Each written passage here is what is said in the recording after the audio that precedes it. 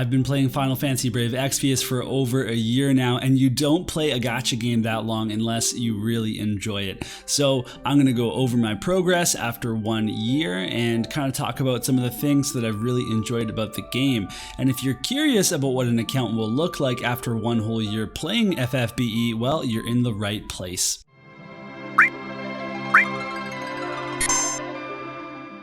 So you can see on my overlay, I've got Eldrin in the corner there, and that was the first unit that I really went for, that I spent a bunch of lapis on, and hopefully he's going to be coming back next week or the week after for some sort of revamp and some, with some new Christmas units. I'd be pretty excited for that. But otherwise, when I was playing the game a year ago, the Kingdom Hearts event had just started. So when you look at my units, you see one of the first units that we have here, actually I should go to view, is going to be Riku, who I used for so long because he was a breaker, he could do some serious damage, and honestly, he's just such a cool unit. He had a really, really cool Brave Shift Limit Burst Dark Fire Ega. I mean, come on, that's awesome. So he was one of the staples of my account, and because of that, I started using Absolute Mirror of Equity units. So him and Eldrin, as well as the Awakened Dragon Axthar, which is, some people might say not a lot of people have used that unit, but I just, I used my Absolute Mirror of Equity gang for as long as I possibly could. I was super lucky. I lucked out early getting Fina and Daisy, as well as getting Gabranth. So I had a breaker, I had damage dealers, chainers, and tanks of all sorts and kinds here. And then throughout the rest of my year, I would just continue to fill up my account. And kind of what you learn is that there's no rush in doing anything, because you're eventually just going to get, a well-rounded account and all the sorts of things that you need to take on various trials or different missions or bosses, whatever it is. So let's take a look at some of the units that I've pulled here. You can see there's tons of Neovisions. They just come readily, and you just wait to assemble, until you can get one to EX1, EX2, whatever, and eventually it all kind of comes together. I was super lucky with the FF7 crew getting Tifa to EX3, and that came over the course of 2 dupes and some fragment dungeons and other things. Sephiroth is on his way. I haven't pulled any dupes of Sephiroth just yet, but we're sure it's going to happen at some point. Aphmau was someone I really wanted to pull for it, and I thought, oh, FF11, I've got to get her, and I held off, and guess what? She came to me anyway, so that was really nice, and I've been able to EX2 her. Yuna? That's kind of a crazy one. So Yuna I actually pulled in the daily pull, not once, but twice. So 2 Yunas for free on that, that 250 Lapis daily pull, and then from there I just kind of started working on her and got her to EX2. So that was a really, really lucky break. Otherwise, lots of units that I've used quite a bit. Ling, I was super lucky to get while I was pulling for Luis, and who is another unit that I use quite a bit. And Sky was someone I was very interested in because they were a Dragoon, and she's going to be my main Dragoon until Kain comes along, because I'm going to be going hard. You can see I've got 100,000 Lapis up in the corner there, and I've got another 10k on my regular, oh Jesus, Google Play account. So I'm saving up for FF4 and Xenogears right now. Hopefully we get that Xenogears collab. But otherwise, you all saw I went for Angela recently as well, and I was able to get her without too much trouble, and that means that I could get her to EX3 as well, and she's been like a really awesome damage dealer for me, so that was good. There's my boy Axthar at EX2. Now I think I could actually take him to EX3 anytime, but I just didn't want to use the pearls at the time. I've got an EX3 Gabranth, which was cool because he just got those upgrades. And then otherwise, lots of other Neovision units here. Fina and Rain was another unit I used early on to, fill some gaps. Savior of Souls Lightning was a unit I couldn't buy, I couldn't get her. And then all of a sudden, just a flood of Savior Soul Lightnings. I could go to EX3 with her now if I want to, and maybe I should. And then otherwise, like other units, like for example, Gilgamesh here is just such a hallmark of like any account. He does so many things. If you don't use him, you should be using him for sure. And then another banner that I was so excited about was this Full Metal Alchemist. I pulled super hard for Ed and Al, and there's that's someone I got dupes of. I also have Mustang here that I worked really hard on, and I actually did use him for a while. I used him in Clash of Wills and everything. And then otherwise, we can't really do an account overlook unless we talk about Diverty. You know, my favorite unit here that I just can't stop pulling, and guess what? I got him to EX3, and don't worry, I'm still pulling him. You can't really evade the Diverty, so he's still there too. And then otherwise, another unit I had really early on that I used a lot was Starlight Elena, although she didn't really do much for me, but you know, she has some really good basically some just chaining abilities and some like dispel and random things. As a new player, I found out, oh, I can use her for all of these things to help me win these fights that I was having trouble with. But then otherwise, like you can see, I've got Kresnik to EX2 now. Napi is so close to being EX3. I can't wait for that. That's going to be awesome. Luis is EX2, and there is my Wrath as well. Venera is another unit I was really excited for. I couldn't wait for War Divisions to come to FFBE, and I can't wait for it to come back so I can pull for King Mont and I can Neovision Awaken Stern, and then maybe Venera is going to get some upgrades as well. So really excited for that War Divisions banner to come back. You can also see that just over this period of time, you're going to get so many units to 7-star and just get a ton of STMRs and TMRs. It's really not that hard. It all comes together. It just takes time, and like that's it. If you're patient, all of this stuff is going to come to you. And you can see this isn't even all the units I could be awakening. Like I have way more 5 stars, lots and lots of dupes that when I'm, you know, have some free time, I can go through the process of awakening all of these units and just grabbing more STMRs for my account, and that just goes on and on. Like look at that, look at all those Infernal Fire Rains, yeah, and then Draconian Princess Fina, whatever the heck she's called, couple of Edward Elrics there, and then otherwise honestly it just keeps going. Look at all these STMRs I could be grabbing. So if you stick with the game, this type of stuff just happens. You don't have to rush. You don't have to feel like you don't have things right away. It's all going to come together. That's the fun of this game, is that I don't think that this game is just a gacha game where you're trying to, you know, get meta units and beat bosses and complete events. I also think this is kind of a collector's game. I think it does a really good job. I mean, it's so much fun to look at units and see their little animations and then, like, you know, find out more details about them from like story events, although you got to give us more story events, Kimmy, come on. I think that this game's really good for anyone that's going to be, you know, nostalgic of Final Fantasy. But if you just enjoy this art style and graphic style, then you're going to be really enjoying this as just like a collector's game. You don't have to put that much time into it every day to be getting some rewards, saving up some lapis. It's just if you want stuff now, if you want to do stuff right away and you're not willing to spend, well, you can't do that. So you have to be patient. After a whole year, you might be wondering, where are my Espers at? Well, thanks to a recent development, I was able to max my Bahamut. That was from that Esper or event that we had. So this is kind of, you know, the end goal here, to have a 3-star, fully awakened and leveled Bahamut. And then now I just start pumping in the Esper ore into him so that I can get more of his nodes unlocked. And if you want to see what that looks like, I still have a very long way to go. Like there's still a lot of nodes and lots of killers that I could be grabbing on this guy. But this is still really cool to be 3 stars and level 60.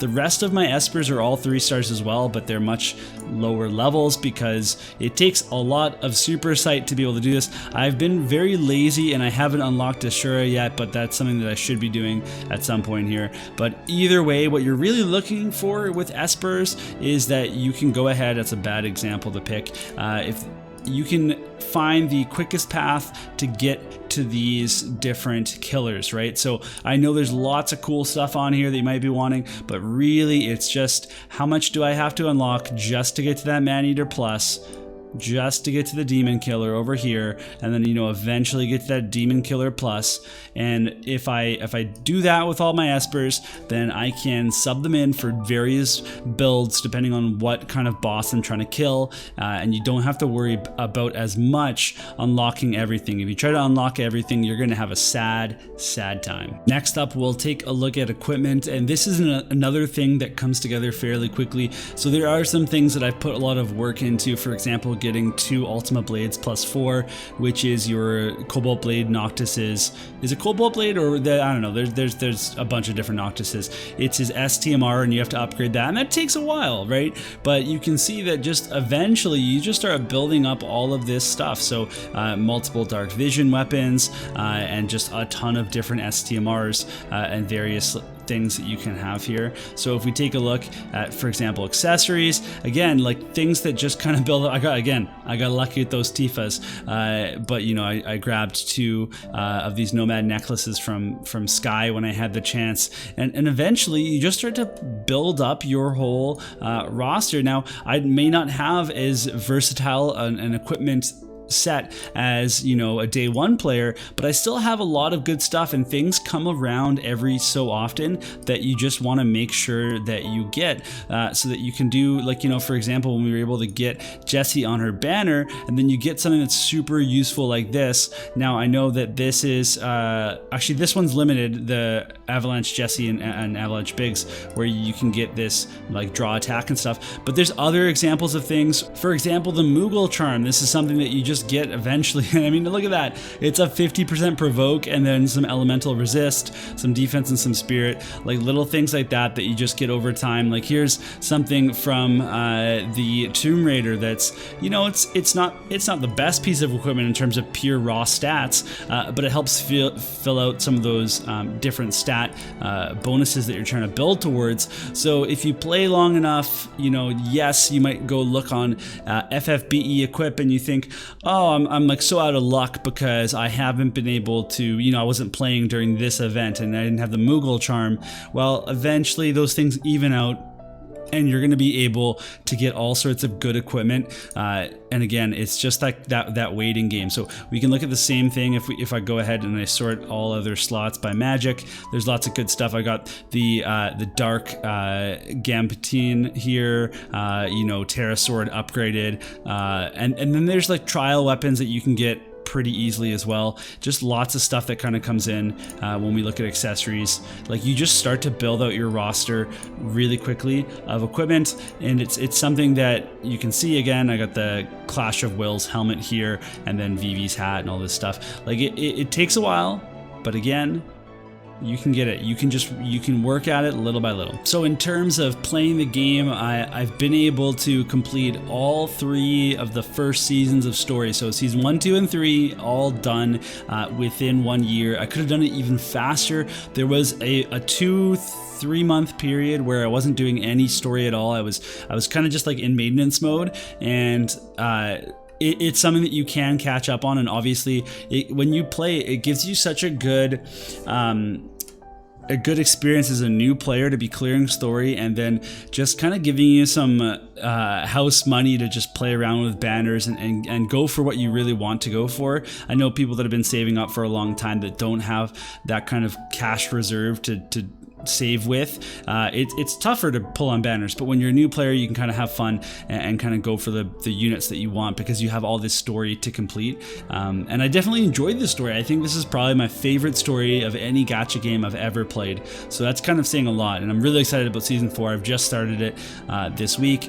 Right now, I'm kind of doing all my daily stuff that you would typically do, except for Arena. I cooled off on a little bit. I don't do Arena every day. I only do it when it's a daily quest, and I only go up to 5 orbs, and I know I should go do that every day for the Lapis, but honestly it's become too tedious. So I know when I started my my FFBE content on YouTube, I was pretty high on Arena. I was doing all 10 matches every single day. That became not sustainable for me in terms of something I could do daily when I'm playing War of the Visions, and I'm also playing War of the Visions JP, so there's no way I can do all those dailies. I stopped doing that. Alright, so that's kind of it. That's my account. If you have any questions about my account, please feel free to ask in the comments below.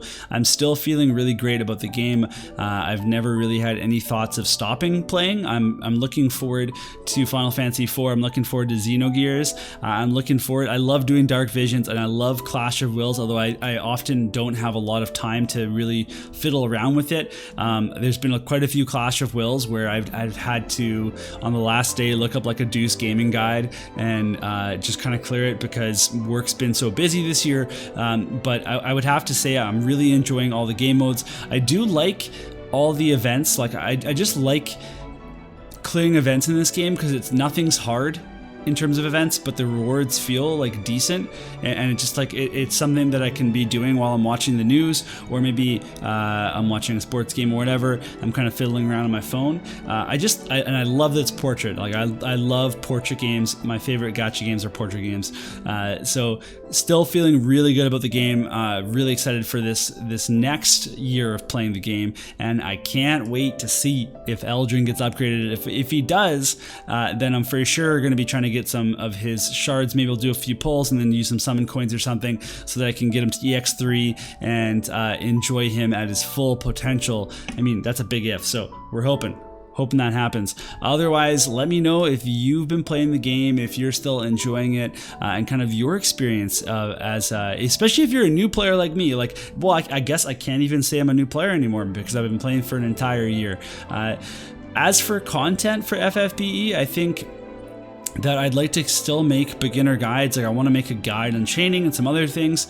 I mean, I would like to do should you pull videos. I just feel like I don't know that I have that expertise. I can't do, well, I could do calculations on damage and all that kind of stuff, but I just feel like without going all in on evaluating units, that it's kind of hard to do a should you pull, and it's also very subjective depending on, you know, do you have units like Sephiroth and Tifa? Do you already have like a lot of good tanks? Do you already have all these different support units? And the way that they just like make different element everythings, like you get Edge coming out soon that's going to be a breaker with certain elements, and later on we'll get a carbon copy of him that has different elements. It's like you could always grab the next version of this unit, but really it just depends on what units you like in your account and if you want the edge on the latest content. It's not a game that I feel like needs a should you pull as much, except for when like really big things come up like Sephiroth. You want to be able to tell people, hey, this is something that you shouldn't be skipping if you have the means to pull for this guy. He's going to be super helpful for you. So I don't know, maybe in the future I'll try something out with should you pulls and just kind of talk about what a character does and you know, what are the conditions in which you would want to go for them. But in terms of like calculating their damage and doing comparisons to other damage dealers, that's probably not something I'm going to be doing, but I might refer to other people's research in that regard. So thanks for watching, everybody, and we'll see you in the next video.